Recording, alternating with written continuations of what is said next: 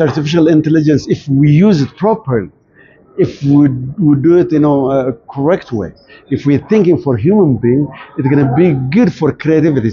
Of course, we have to creativity sometimes because we're living in third world countries or developing countries. We cannot afford a lot of things. Then artificial intelligence it supports us. Whatever we want. If we're not going to like remote areas or war places or difficult places, then artificial intelligence it works for us. But the idea comes from human brain, from creative mind. But if you use it properly, it helps. To show art, the big thing is plausibility, because the humans or the spectators or the audience, they have to, when they are watching, they need some convincing thing, reality. To make that one, artificial intelligence helps us as much as possible in a good way. But I know if we use it for wrong purpose, yes, it kills us. That's what people who's looking positively, they have to jump in. They have to, now in Ethiopia, we saw some artificial intelligence convention center. Also now there is artificial intelligence space too. And then if we learn, or if we teach the new generation in a good way, we can achieve a good and positive ideas, and it's not killing human creativity. If we use it in the wrong way, yeah, it kills us. It kills the creativity of the mind, and also people they stealing. But we need some rules and regulations. Like not to steal people's mind, people's idea. But if we use it genuinely, if you are a creative man, if you're working like to build your country, your people, in a good way, yeah, you can do it. But if you take it in a negative way, yeah, you can kill it.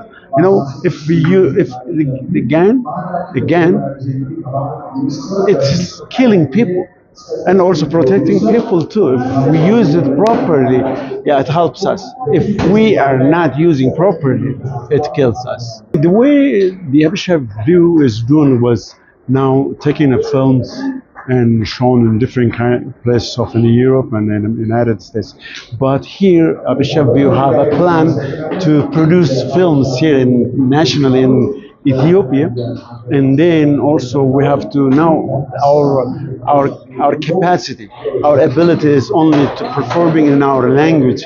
Also, we have to start performing in international language. Of course, we have now artificial intelligence is here, and then in terms of AI, we can convert all plays in different languages, but we need a place. We need a studio. Habesha View needs studio places, and also we have to encourage her to do further things.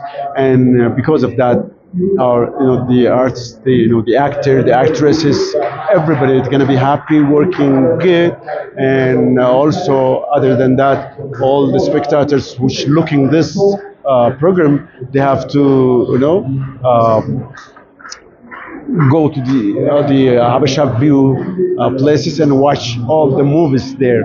That's what I'm trying to say. And also we have to, update ourselves with the time, with the place, especially with artificial intelligence media.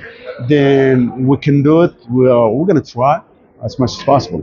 Enhancing your participants further promote Ethiopia's artistic values as well as the film industry and raise the world. I'm so excited because Habesha View is not a national one. It's promoting our art, our film, our more creativity things. Only locked in national, but it's transferring to international, and making a film festival in different places in Europe and the United States.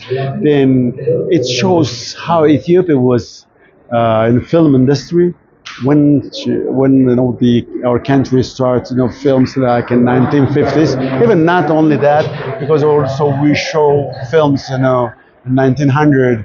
We have cinemas in our capital cities, and then now Habesha view, as much as possible, trying to expose what our country looks like, how the artists are, how the directing, how the art totally in terms of film evaluated in our country.